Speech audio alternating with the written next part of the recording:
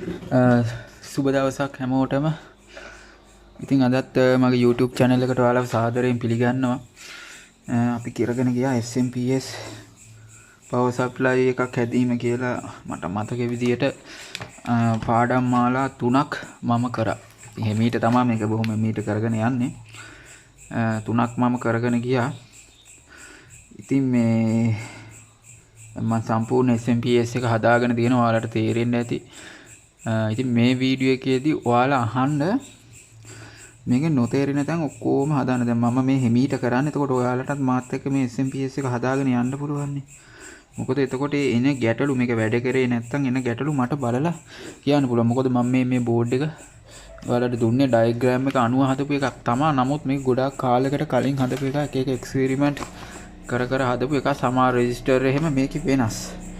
ඉතින් එක එක අවස්ථාවල දාලා තියෙනවා. දැන් මේ පින් දෙක මේකේ නිදාස්ව තියෙන එහෙම තිබ්බාමත් වැඩ කරනවා. නමුත් මේ පින් දෙකටත් අපිට ඕන වෝල්ටේජ් එකක් දීලා සමහර IC වැඩ කරේ නැත්නම් වැඩ කරවන්න පුළුවන්. ඒ කියන්නේ ඒක අපි පස්සේ කතා කරමුකෝ. දැනට අපි මෙන්න මේ SMPS power supply එක ගැන මම විස්තරයක් කරන්න.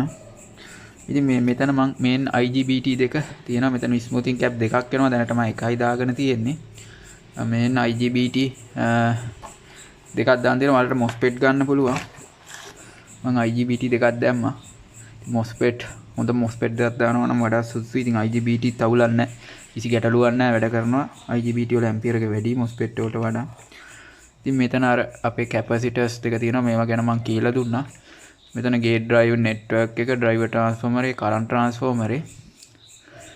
ඒ වගේම මෙතන තියෙනවා අපේ output inductors ටික. මම මේ ඉන්ඩක්ටර් හදලා තියෙන්නේ මේ ෆ්ලයිබැක් ට්‍රාන්ස්ෆෝමර් දැකලා නැති වෙන්න බෑ. මං හිතන්නේ TV වල පරණ CRT TV වල තියෙනවා ෆ්ලයිබැක් ට්‍රාන්ස්ෆෝමර් කියලා જાතියක්.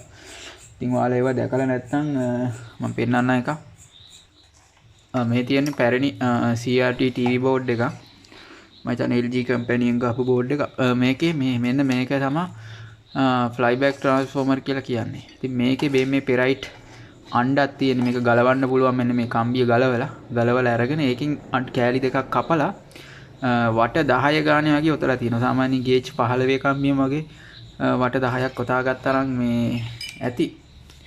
නමුත් මට ගේජ් 15 කම්බිය හම්බුනේ නැති නිසා මම ගේජ් 22 කම්බියෙන් පොටවල් 4ක් වගේ එකට දාලා තනි කම්බියක් හදලා. ඒවා ඔයාලා තේරෙනවා අපි චොපර් හදාද්දි පොටවල් ගන්න වැඩි කරලා උතන්න පහසු කරගත්ත හැටි මතකයි. දාලා හදාගත්තා. මෙතන මේ ඉන්ඩක්ටර් ටික වට 10ක් විතර. ඉතින් මේකට සඳහා අපිට මේ අයන් කෝර් ගන්න පුළුවන්.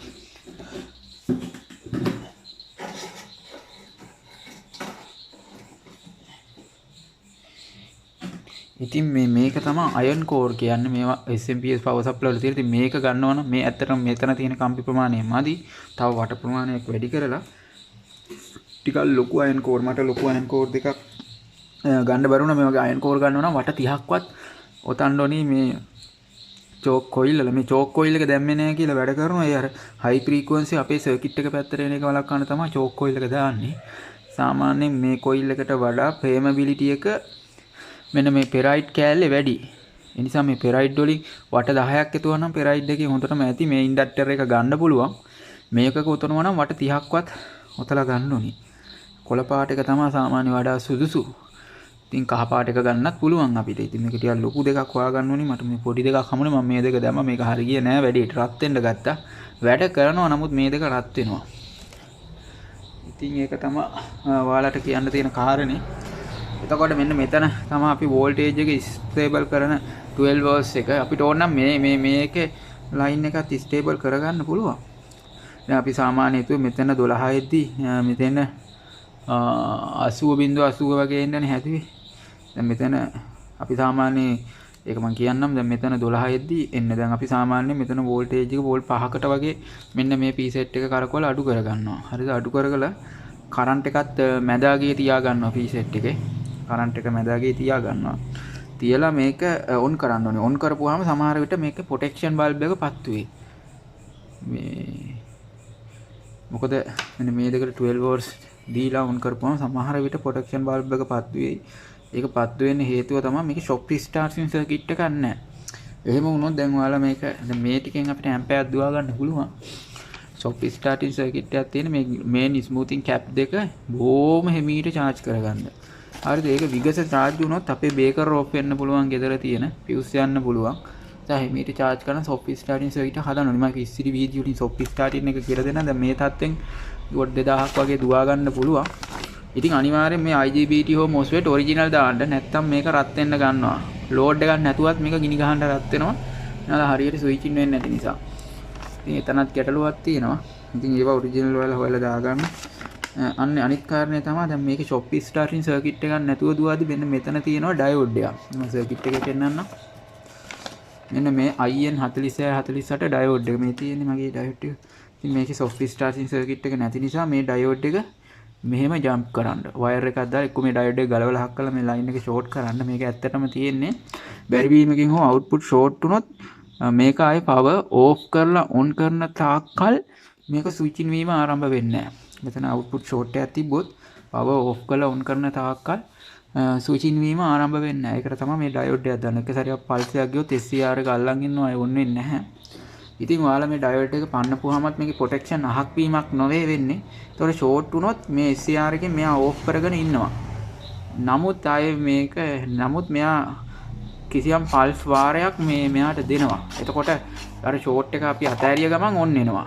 අර ඕෆ් වෙලාම යන්නේ නැහැ. දැන් මෙතන ඩයෝඩ් එක තිබ්බොත් අර විදියට ඕෆ් වෙලාම තියෙනවා. දැන් සමහර අවස්ථාවල මේක දාපු ගමන් මේ LED එක පත්තු වෙන්න පුළුවන්. ඒකට හේතුව තමයි මේ කැපැසිටර් charge වෙන ලොකු කරන්ට් එකක් අදිනවා. එතකොට එයා මේ පැත්තේ ෂෝට් වෙලා කියලා හිතලා මෙතනින් ඩිටෙක්ට් කරලා මෙයා පත්තු කරනවා. එතකොට කොච්චර මේ කැපැසිටර් එක charge වෙලා තියෙන නිසා කොච්චර මෙහෙන් වෝල්ටේජ් එක දුන්නත් මෙයාගේ ප්‍රොටෙක්ෂන් තමයි පත්තු වෙන්නේ. ඒ අවස්ථාවේදී අපි කරන්නේ මේ සිග්නල් ඩයෝඩ් එකේ පින් දෙක මේ ආකාරයෙන් ෂෝට් කරගෙන ඉන්නවා. ඉතින් ඒක shop starting එක හදපුවාම එහෙම අවශ්‍යතාවයක් නැහැ. දැන් shop starting එක නැතුව චෙක් කරනවා නම් ඔයාලට තියෙන්නේ මේ වයර් දෙක මේ විදියට ෂෝට් කරලා හදාගන්න. ෂෝට් කරලා හදාගන්න කියන්නේ මේ ඩයෝඩ් එක ගලවලා ඒක ඩිලීට් දාගන්න. shop starting එක නැති නිසා නැත්නම් මේක වැඩ කරන්නේ නැහැ.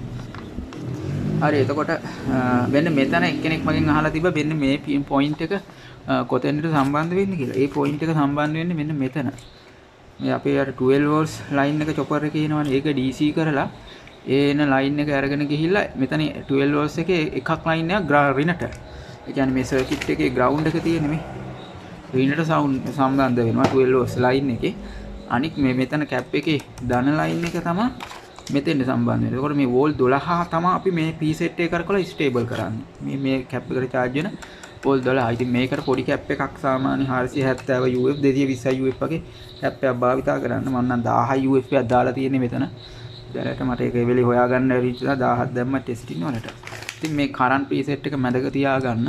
එතකොට මේක වෝල්ටේජ් එක පුළුවන් තරම් මේ පැත්තට කරලා අඩුම කරලා තියාගන්න. ඉතින් මම අඩුම කරලා තියාගන්න. ඉතින් අපිට ඕනෑ වෝල්ටේජ් එක පස්සේ මේක ඇඩ්ජස්ට් කරගන්න පුළුවන්. අනිවාර්යෙන් මේ වගේ ලෝඩ් එකක් දාලා ඇඩ්ජස්ට් කරගන්න. ලෝඩ් නැතුව ඇඩ්ජස්ට් කරගන්න අමාරුයි. ඉතින් මේ මෙතන රෙසිස්ටර් දෙකක් දාලා තියෙනවා CIK. ඒ දාලා තියෙන මේ කැපැසිටර් හරහා දාලා තියෙන ෂෝට් වෙන්නේ. එතකොට මේ ඉබේම ඩිස්චාර්ජ් වෙනවා මේක ඔෆ් අවස්ථාවේදී තියෙද්දි. ඒකට තමයි ඒක දාලා තියෙන්නේ. හොඳයි. එතකොට ඉතින් ওই ටික තමයි කියලා දෙන්න තියෙන්නේ. හරි. ඉතින් මෙන්න මෙතන ඩයෝඩ් එක තමයි මෙහෙම ෂෝට් කරන්න කියලා කිව්වේ. මේ වයරයක් දාලා ෂෝට් කරන්න.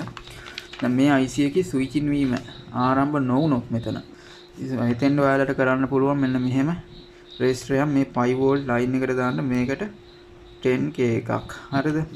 ඊට පස්සේ මෙතනින් ඔහම 1k එකක් දාලා මේක ග්‍රවුන්ඩ් කරලා දාන්න පුළුවන්. දැන් 1k 1 කිලෝ ඕම් එකක් දාලා ග්‍රවුන්ඩ් කරන්න පුළුවන් මෙන්න මෙතන මේ පින් එක. ඒතකොට සමහර විට ස්විචින් වීම ආරම්භ වෙයි. මෙතන 10k එකක් දාලා 5 වෝල්ට් වලට ලබා දෙන්න. ඉතින් ඒ එතකොට ස්විචින් වීම ආරම්භ වෙනවා IC එකේ. හොඳයි. සමහර විට එහෙම ස්විචින් නොවුනොත් මොකද ඒ දේ මම මේ සර්කිට් එකේ කරලා තියෙනවා. හොඳයි. ඉතින් ওই ටික තමයි කියලා දෙන්න තියෙන්නේ. මම හිතනවා වෙන ගැටලු නැහැ කියලා කට්ටිය අහපු ගැටලු වලටත් එක්ක උත්තර දුන්නේ. අනිවාර්යෙන් මෙන්න මෙතන සර්කිට් එක හදාද්දි මෙන්න මේ BD139 BD140 වලටයි ධනරින හරියටම දෙන්න. මොකද එකක් හරි මෙතන ලයින් එකක් මිස් වුණොත් දාන IGBT ටික හෝ MOSFET ටික පිච්චිලා යනවා. ඉතින් ඒ ටික තමයි සර්කිට් එකේ කියලා දෙන්න තියෙන්නේ. මේ ටික ඔක්කොම ඔයාලට තේරෙනවා. එතකොට මේ පැත්තේ තියෙන සියලුම දේ ඔයාලට තේරෙනවා. හතන ප්‍රශ්නයක් නැහැ. මේන් ට්‍රාන්ස්ෆෝමරේ, ඩ්‍රයිවර් ට්‍රාන්ස්ෆෝමරේ, කරන්ට් ට්‍රාන්ස්ෆෝමරේ සර්කිට් එක. ඉතින් මේකේ මේ අවුට්පුට් එක මහා ලොකු දෙයක් නැහැ. සාමාන්‍ය විදිහට අර හයි ෆ්‍රීකවන්සි ඩයෝඩ්. ඒකට මම ඔය කොහෙන් හරි ඇඳලා පෙන්නන්නම්. මෙන්න මේ හයි ෆ්‍රීකවන්සි ඩයෝඩ් මේ අවුට්පුට් එකේ තියෙන අවුට්පුට් එකේ හයි ෆ්‍රීකවන්සි ඩයෝඩ් නේ තියෙන පින් 3 තියෙනේමනේ. ඇත්තටම සාමාන්‍යයෙන් අපි ওই පින් 3 ඩයෝඩ් එක තියෙන්නේ මම ඇඳලා පෙන්නන්නම්. මෙන්න මෙහෙමනේ ඉන්නේ ඩයෝඩ් එක. මෙතන ඇනේ දාන්න තියෙනවා. මේකේ කොහොම පින් 3 තියෙනවා. ඇත්තටම මේක ඇතුලේ ඩයෝඩ් දෙකක් තියෙනවා. සාමාන්‍යයෙන් අපේ කොමන් උගක් ගන්න තියෙන්නේ මෙන්න මේ දෙපැත්තෙන් කොටුව ඇවිල්ලා මැදට එන එක කොහොම. හරිද? ඊට පස්සේ මම කරේ වැඩේ මෙන්න මේකේ මෙන්න මෙහෙම වැඩක් කරා. මෙන්න මේ පින් දෙක එකට සෙට් කරා. ඔන්න ওই විදියට. ওই විදියට එකට සෙට් කරලා එතනින් මෙහෙම වයර් එකක් කරා මෙහෙම ගත්තා. එතකොට මේක තනි ඩයෝඩ් එකක් බවට පත් වෙනවා. මෙන්න මේ විදියේ. ඔන්න ওই විදියේ තනි ඩයෝඩ් එකක් බවට පත් වෙනවා. එතකොට මේක තනි ඩයෝඩ් එකක් කියලා හිතුවා. ඉතින් ඒ වගේ දැන් චොපර් ට්‍රාන්ස්ෆර්මරේ අවුට්පුට් එක මෙහෙමනේ තියෙන්නේ. ඊපස්සේ මම කරේ මෙන්න මෙහෙම ඩයෝඩ් හතර සෙට් කරලා තියෙන. ඉතින් අර මේ જાතියේ තනි ඩයෝඩ් හතරක් හදාගෙන ඉතින් මේක මෙහෙම අයි කරලා තියෙන්නේ. normal DC කරන විදිහම තමයි ඔයාලා දන්නවා ඇති DC කරන විදිහට මේ high frequency diode normal diode හරියන්නේ නැහැ. high frequency diode මේකට දාන්න ඕන. මේ ඔන්න ඔය විදිහට ධන ඍණ බෙදෙන ආකාරයට දාලා ඊට පස්සේ මේක ධන එතකොට මේක ඍණ. ඊපස්සේ output cap ටික දාලා තියෙන්නේ. මෙන්න මෙහෙම තියෙන output cap මම දෙකක් අඳින්නම්. 220 ඒව දාලා තියෙන්නේ 160 volt. 220 UF 160 volt හතරක් තියෙනවා. එකට එක පැරලල් කරලා තියෙන්නේ. දැන් 220 ඒව දෙකම මෙහෙම පැරලල් කරපුවාම UF 160 volts. ඉතින් 220 160 මේක 1000 50 volts. හරි. ඉතින් මේ කැපැසිටර් බැංක් එක මෙහෙම එන්නේ. මෙතන ධන. හරි. එතකොට මේකේ ඍණට ගන්නවා මෙන්න මෙතන ඩයෝඩ් සෙට් එකේ ඍණ අග්‍රේ ධනට ගන්නවා මේ ඩයෝඩ් සෙට් එකේ ධන අග්‍රේ මෙතෙන්ට ගන්නවා මේ සෙන්ටර් ටැප් එක ට්‍රාන්ස්ෆෝමරේ සෙන්ටර් ටැප් එක අරගෙන එතකොට එනවා මෙතන සම්බන්ධ වීමක් නැහැ මම මෙහෙම ඔහොම යන්නේ සම්බන්ධ වීමක් නැහැ මෙතන 0 volts ඍණ volts ධන volts වශයෙන් එනවා ඉතින් ওই විදිහට තමයි හදලා තියෙන්නේ එතකොට මෙතන DC කරලා තියෙන්නේ ඒක නම් මහා ලොකු දෙයක් නැහැ මෙහෙම ඔකේ තියෙන 12 volts එකේ තනි වයින්ඩින් එකනේ. මේ වයින්ඩින් එකට සාමාන්‍ය විදියට මේ විදියට සාමාන්‍ය විදියට ඩයෝඩ් සෙට් එක දාගත්තා ඔන්න ඔය විදියට. සාමාන්‍ය විදියට ඩයෝඩ් සෙට් එක දාලා තියෙන්නේ. DC කරන හැටි දන්නේ නැත්නම් කියන්න කියලා දෙන්න. ඊට පස්සේ මේ කැප් එකට මෙහෙම ඍණ අග්‍රේ තියෙනවා. එතනින් ඍණ අරගෙන කැප් එකට දෙනවා. ධන අරගෙන කැප් එකට දීලා මෙතන ස්ටේබල් වෝල්ටේජ් එක එනවා. එතකොට මෙතන ග්‍රවුන්ඩ් කරනවා. මෙන්න මෙතනම ග්‍රවුන්ඩ් එකට දෙනවා. ඊපස්සේ මේ ලයින් එක A කියලා ගත්තොත් ඒ කියන ලයින් එක අරගෙන ගිහිල්ලා මෙන්න මෙතෙන්ට දෙනවා. ඕක දෙන්නේ නැතුව නම් මේක කවදාවත් ඔන් කරන්න එපා. ඒකට ඕව ඔසිලේට් වෙලා අනිවාර්යෙන් IGBT යනවා. එක්ක අවුට්පුට් කැපැසිටර් පුපුරා යාමක් වුණත් සිද්ධ වෙන්න පුළුවන්. ඉතින් ওই ටික තමයි සර්කිට් එක ගැන කියන්නේ. අදට මම මෙතනින් ඉවර කරනවා මේ සර්කිට් එක. දැන් මේක හදාගන්න පුළුවන් ඔයාලට. හදපු අයත් කීප දෙනෙක් හිටියා. හදාගන්න පුළුවන්. මෙතනින් අවසන් කරනවා. ඊළඟට soft starting circuit ඒ වගේ දේවල් transformer ආරක්ෂා කරගන්නේ කොහොමද? ඒ වගේ circuit තමයි ඉස්සරහට කියලා දෙන්න යන්නේ. හරි. අවසාන වශයෙන් කියලා දෙන්න තියෙනවා. අවසානම වශයෙන් කියලා දෙන්න තියෙනවා. එන්න මෙතෙන්ද fuse එකක් අනිවාර්යෙන් දාගන්න මේ main bridge එකේ AC voltage එක යන තැනට අනිවාර්යෙන් fuse එකක් දාගන්න. මම නම් lamp series on කරන්නේ මුලින්ම. ඔයාලා ඩිරෙක්ට් කෙලින්ම ගහනවා නම් ඒකට මේ fuse එක යනවා ගිනි ගැනීමක් සිද්ධ වෙන්නේ නැහැ. සර්කිට් එකේ දෝෂයක් තිබ්බොත්. හරි. දැන් මේ විදිහට ඔසිලොස්කෝප් එක සම්බන්ධ කරගන්නවා අපේ සර්කිට් එකේ. ෆ්‍රීකවන්සි එක ඔයාලට පෙන්වීම සඳහා කොහොමද මේක ක්‍රියා කරන්නේ කියලා ඔය විදිහට ඔසිලොස්කෝප් එකේ ට්‍රාන්ස්ෆෝමරේ ඉන්පුට් එකට සම්බන්ධ කරගත්තා.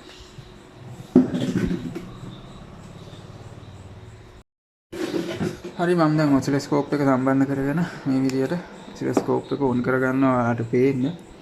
ඊට පස්සේ අපේ මේ ඩ්‍රයිවර් බෝඩ් එකට මම මේ වගේ 12 volts 12 volt 12 ඉඳන් 15 දක්වා දෙන්න පුළුවන්. ඉතින් 12 volt supply එකක් මම දෙනවා මේ විදිහට.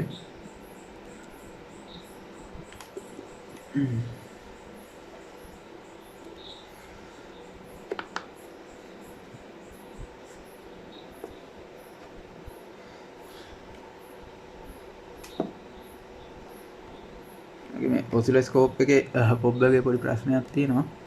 හරි. ඉතින් ඔයාලට පේනවා ඇති මේ වගේ ෆ්‍රීකවන්සි එකක් හැදෙනවා කිලෝහර්ට්ස් 57ක විතර එකක්. හරිද? ඔන්න දැන් මම දැන් මෙතන මගේ බල්බ් දෙකක් ලෝඩ් කරලා තියෙන 12 volts වලට මේ බල්බ් එක 100 watts බල්බ් එකක් තියෙනවා අවුට්පුට් එකට. ඔන්න මම දැන් 230 සප්ලයි එකක්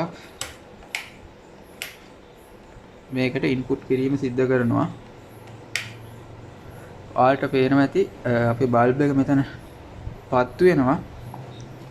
බල්බ් එක මෙතන පත්තු වෙනවා. මෙතන ඩියුටි සයිකල් එක අඩු වෙනවා. ඩියුටි සයිකල් එක කොහොම අඩු වුණා. ඩියුටි සයිකල් එක අඩු වුණා. බල්බ් එක පත්තු වුණා. හරි දැන් මෙතන වෝල්ටේජ් එක ගැන හිතන්න එපා. මම වෝල්ටේජ් එක full අඩු කරගෙන තියෙන්නේ.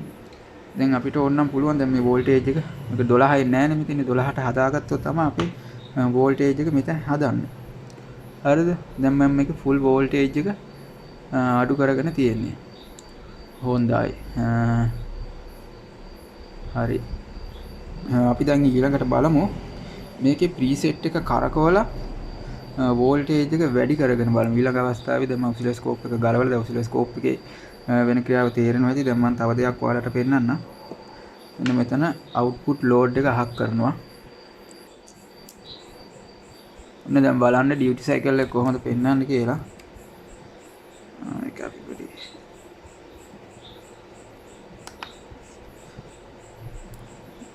ඔන්න ඔහම තමයි ඩියුටි සයිකල් එක පෙන්වන්නේ. ඔන්න දැන් බල්බ් එක ලෝඩ් එකේ තියෙදි ඩියුටි සයිකල් එක බලමු.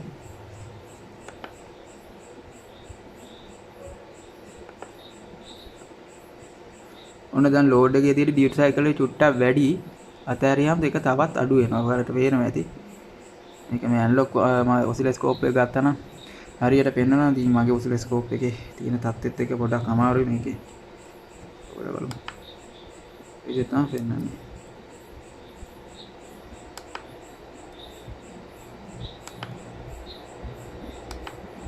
ඔය ලෝඩ් එකත් එක්ක තියෙන එක ලොකුයි ලෝඩ් එක නැති එකට වඩා පේනවනේ.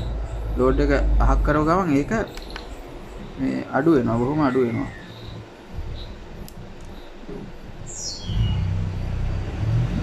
හරි. හොඳයි. අපි දැන් ඊළඟට බලමු මේකේ වෝල්ටේජ් එක අවුට්පුට් කොහොමද එන්නේ කියලා. අවුට්පුට් වෝල්ටේජ් එක මොන විදිහට එන්නේ කියලා බලමු.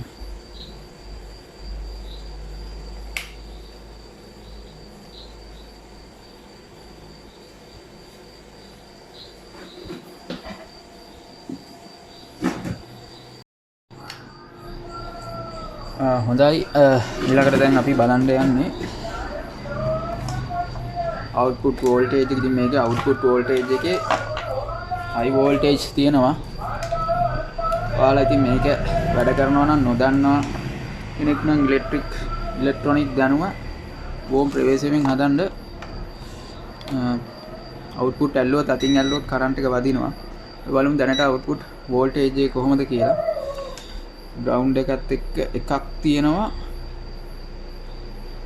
48යි වෝල්ට්ස්. නිත් එකත් 49ක් වගේ තියෙන ගැටලුවක් නැහැ. දෙකම 98ක් තියෙනවා. එතකොට අපි ස්ටේබල් වෙන වෝල්ටේජ් එක බලමු. ස්ටේබල් වෙන වෝල්ටේජ් එක මෙතන තියෙනවා. රෙගුලේට් වෙන වෝල්ටේජ් එක 6.2 වගේ වෝල්ටේජ් එකක් තියෙනවා. හරි දැන් මම මේක ප්‍රීසෙට් එක කරකවලා වෝල්ටේජ් එක චුට්ටක් අප් කරගන්නවා.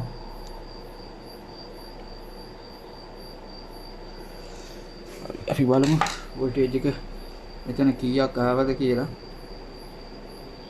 8.9 වෝල්ට් ආවිලා තියෙනවා වෝල්ටේජ්. අපිට පේන්නේ නැහැ නේද?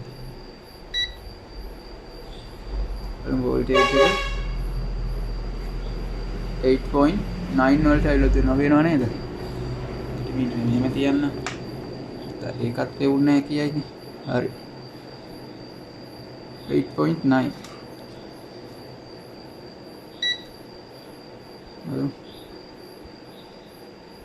8.9 තියෙන ස්ටේබල් කරන වෝල්ටේජ් එක. ඒකට 63.7යි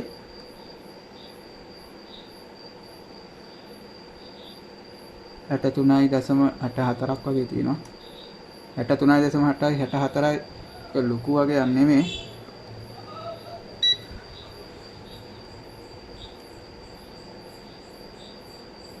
එකසිය 27ක් තියෙනවා දෙපැත්තෙම. හරි අපි තා චුට්ටක් වෝල්ටේජ් එක අප් කරමු.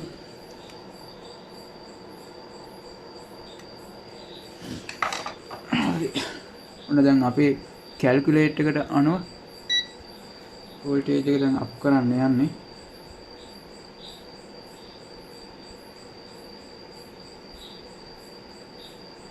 .2 තියෙනවා. 71යි ලයින් එක.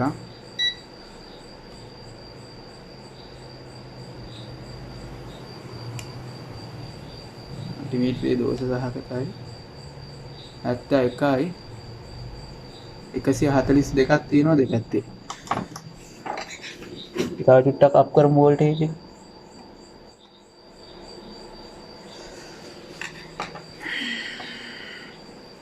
හරි.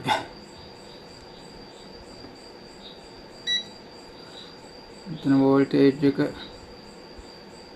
11.7යි කියන 12ට ආවා අපේ කැල්කියුලේෂන් එක අනුව. 80කට ඇවිල්ලා තියෙනවා වෝල්ටේජ් එක. 80.80 කියන්නේ 79ක් වගේ තියෙනවා. 158යි දෙපැත්ත. අපිට ඕන නම් තව චුට්ටක් වැඩි කරගත්තා.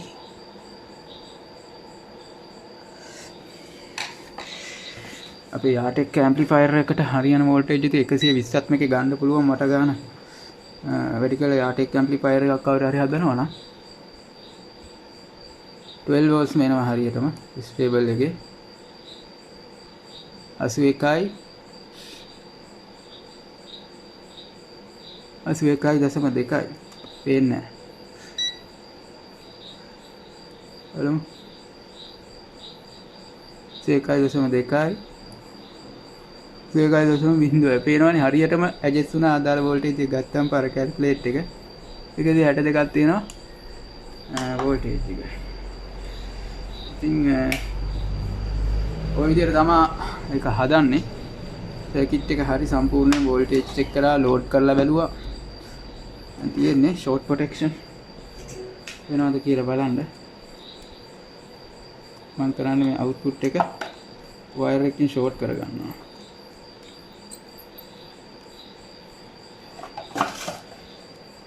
ඒක වයර් එකකින් ෂෝට් කරගත්තා. ෂෝට් කරගෙන බලමු. අවුට්පුට් එක ඔයාලට පේනවා මම අවුට්පුට් එක මේ විදිහට වයර් එකකින් ෂෝට් කරගෙන තියෙනවා. මේ තියෙන්නේ අවුට්පුට් එක ෂෝට් කරලා බැටරිය ආයි පාස් එකම හරියට ෂෝට් වුනේ නැහැ. අවුට්පුට් එක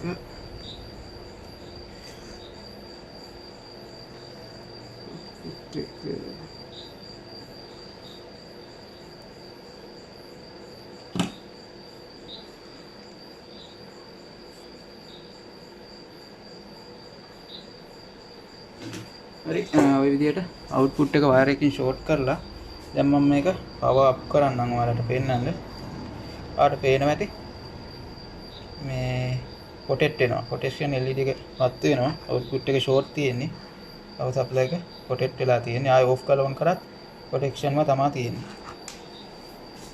හරි. දැන් මම කරන්නේ නැවත සැරයක් අපේ බල්බේ පාස් එක ගෙනියන්න. මෙන්න මේ විදිහට අපි නැවත සැරයක් අපේ බල්බ් එක පාස්සා ගැනීම සිද්ධ කරනවා. සිද්ධ කරලා අපි නැවත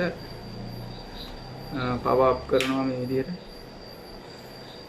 ඉතින් ඔය විදිහට සර්කිට් එක පවර් අප් වුණා. හොඳයි. ඉතින් ඔය විදිහට තමයි SMPS එක අපි හැදුවේ. ඉතින් අපි බලමු දැන්. ඔව් අපි අදට ඔක්කොම ඉවරයි ඇත්තටම. මේ ෆියුස් එක දාන්න අමතක කරන්න එපා. එතන ෆියුස් එක අනිවාර්යෙන් තියෙන්න ඕනේ. ඉතින් ඔය විදිහට තමයි SMPS එක හැදුවේ. ඉතින් මගේ වීඩියෝ එක බැලුවට බොහොම ස්තුතියි. අන්තිම වශයෙන් උදාහරණ පොඩි දෙයක් කියන්න තියෙනවා.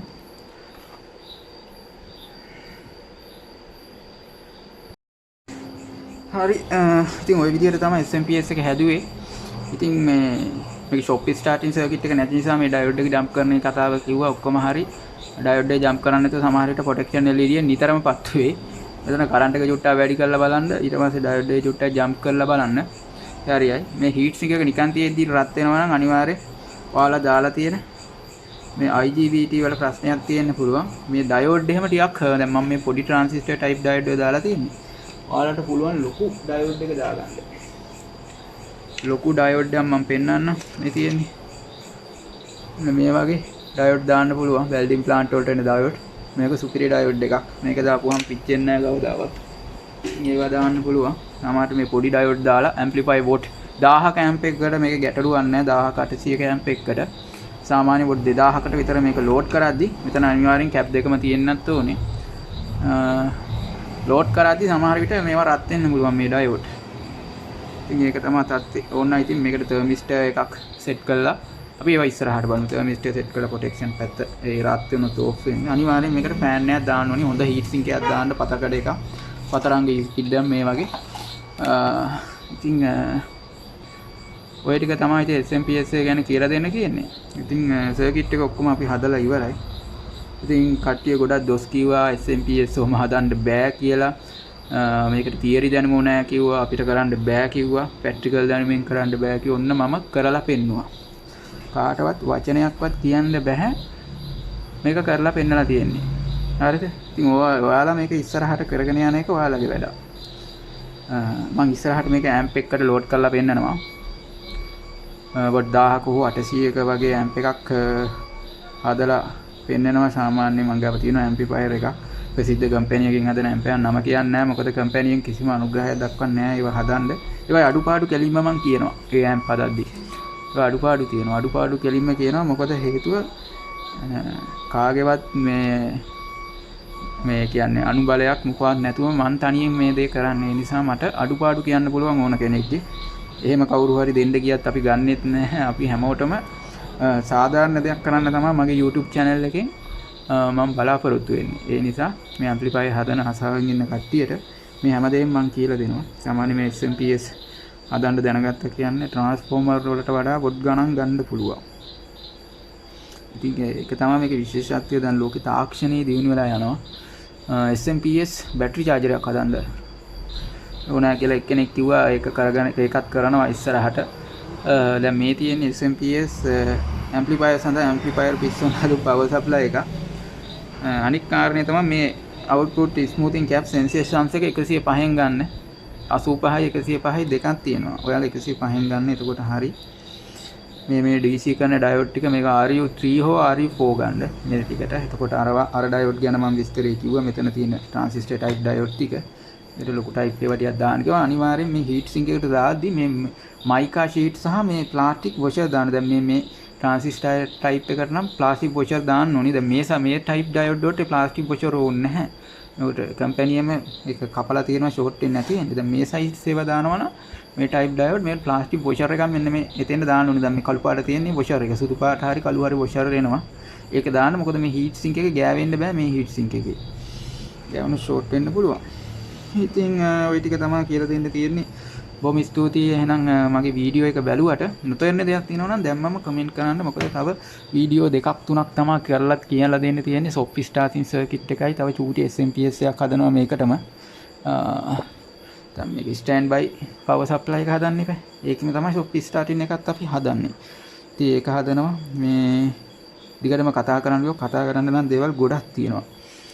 ඉතින් ඒ නිසා මම මෙතනින් නවතින. අනිත් කාරණේ තමයි මේකේ ගැටලු තියෙනවා නම් මම මේ Facebook මේ group එකක් හදලා තියෙනවා ඉලෙක්ට්‍රොනික අත්හදා බැලීම් කියලා. යට comment section එකේ පළවෙනි comment එක වශයෙන් හරි මම comment section එකේ group එකේ link එක දාලා තියන්නම්.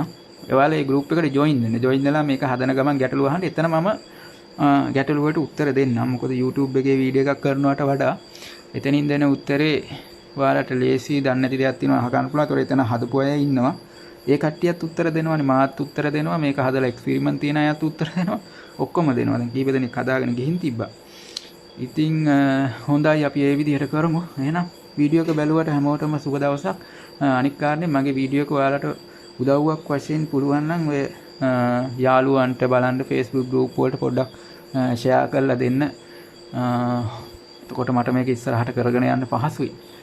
ඇත්තටම අපි ඉස්සරහට ලොකු වැඩක් කරමු. එහෙනම් ඉතින් මාත් එක්ක එකතු වෙලා ඉන්න අපි ඉලෙක්ට්‍රොනික වල පෙරලියක් ඇති කරමු ලංකාවේ. ඉතින් ඒක තමයි කියන්න තියෙන්නේ හැමෝටම. එහෙනම් හැමෝටම මේ සුබ දවසක්. ඒ වගේම මගේ වීඩියෝ එක බැලුවට බොහොම ස්තුතියි. එහෙනම් මම අදට නවතින්නම්. අපි ඊළඟ වීඩියෝ ඉක්මනටම හම්බෙමු.